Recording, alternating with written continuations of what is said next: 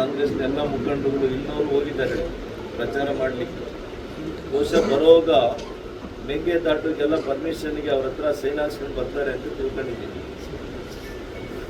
ಮೇಕೆದಾಟುಗೆ ಮತ್ತು ಕಾವೇರಿದನ್ನು ಕೂಡ ಇನ್ಯಾವುದೋ ಇಶ್ಯೂ ಇರೋದಿರ ಆಗುತ್ತೆ ಬಹುಶಃ. ನೋಡೋಣ ಏನಾಗ್ತದೆ ಮುಂದೆ.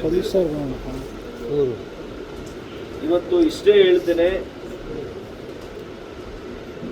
ಇವತ್ತು ನೀತಿ ಏನಿದೆ 2026ರಲ್ಲಿ 2023ರಲ್ಲಿ ಆದಂತ ಕಾಯ್ದೆಯನ್ನ ಮತ್ತೆ ಯಾಕಿತ್ತು ಅಂತ ನೀವು ಕೇಳ್ಬೋದು. ನೀವು ಕೇಳ್ತೀವಿ, ಸ್ವಾಭಾವಿಕ ಮಾಧ್ಯಮದವರು ಅದನ್ನೇ ಕೇಳಿ ಯಾಕೆ ಇಡಬೇಕಾಗಿತ್ತು ಅಂತ. 23ರಲ್ಲಿ ಆದಂತ ಸಂದರ್ಭದಲ್ಲಿ 26 ಆದಮೇಲೆ ಹೊಸದಾಗಿ ಸೆನ್ಸಸ್ ಅನ್ನು ಮಾಡಿ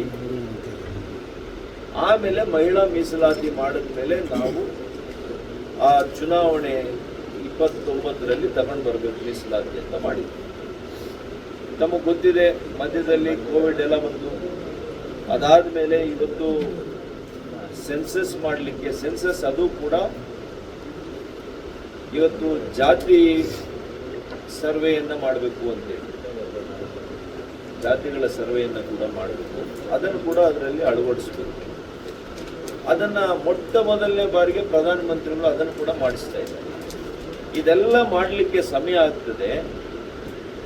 29ರಲ್ಲಿ ಅಷ್ಟೊಂದಿಗೆ ನಾವು ಮೀಸಲಾತಿ ತರಲಿಕ್ಕೆ ಆಗಲ್ಲ. ಅದು ತಪ್ಪಿ ಹೋಗಬಾರ್ದು. 29ಕ್ಕೆ ಮಹಿಳಾ ಮೀಸಲಾತಿ ಜೊತೆಗೆ ನಾವು ಚುನಾವಣೆಗೆ ಹೋಗಬೇಕು ಅಂತ ಈ ಕಾಯ್ದೆಯನ್ನ ತಂದಿದೆ. ಇದು ಒಂದು ಕಾರಣ. ಎರಡನೇ ಕಾರಣ ಏನು, ಯಾವಾಗಲೂ ಕೂಡ ಸೆನ್ಸಸ್ ಆದಮೇಲೆ, ನಾನು ಹೇಳ್ತಾ ಇರೋದು ಸಂವಿಧಾನದ ಅಡಿಯಲ್ಲಿ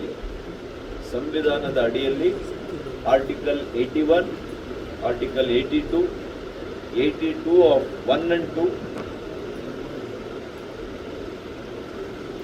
ಇದರ ಪ್ರಕಾರ ಏನಿದೆ, 81 ಇಸ್ ಎ ಪಾಲಿಸಿ, ಅಂದ್ರೆ ಸರ್ವೆ ಆಗಬೇಕು, ಇದು ಸೆನ್ಸಸ್ ಆಗಬೇಕು.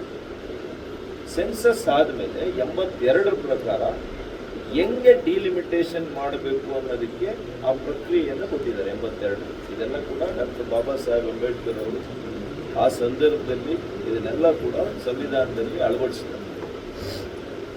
ಸೊ ಆ 82 ಏನು ಹೇಳುತ್ತೆ ಆರ್ಟಿಕಲ್,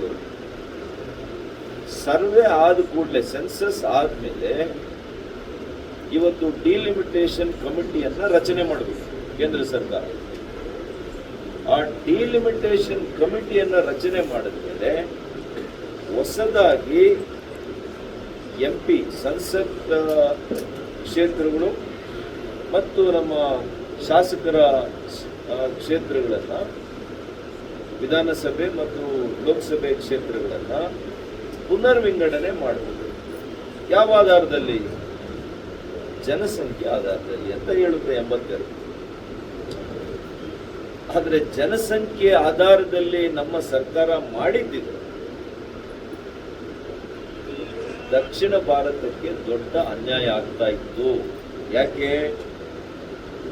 ದಕ್ಷಿಣ ಭಾರತದ ಎಲ್ಲ ರಾಜ್ಯಗಳು ಅತ್ಯಂತ ಯಶಸ್ವಿಯಾಗಿ ಜನಸಂಖ್ಯೆಯ ನಿಯಂತ್ರಣವನ್ನ ಸಾಧನೆ ಮಾಡಿದ್ದೇವೆ. We are very successful in controlling birth rate, population control. ಮತ್ತು ನಮ್ಮ ಸಾಧನೆ ಏನಿದೆ, ಆರ್ಥಿಕವಾಗಿ ನಾವು ಇಡೀ ದೇಶಕ್ಕೆ ಆರ್ಥಿಕವಾಗಿ ನಾವು ಸದೃಢರಾಗಿದ್ದೇವೆ. ಕೊಡುಗೆಯನ್ನ ದೇಶಕ್ಕೆ ಕೊಡ್ತಾ ಇದ್ದೀವಿ ಎಲ್ಲ ರಾಜ್ಯಗಳಿಗೂ, ವಿಶೇಷವಾಗಿ ತಮಿಳುನಾಡು, ಕರ್ನಾಟಕ, ತೆಲಂಗಾಣ, ಆಮೇಲೆ ಆಂಧ್ರ, ಕೇರಳ, ಹೀಗೆ 1 2 3 4 5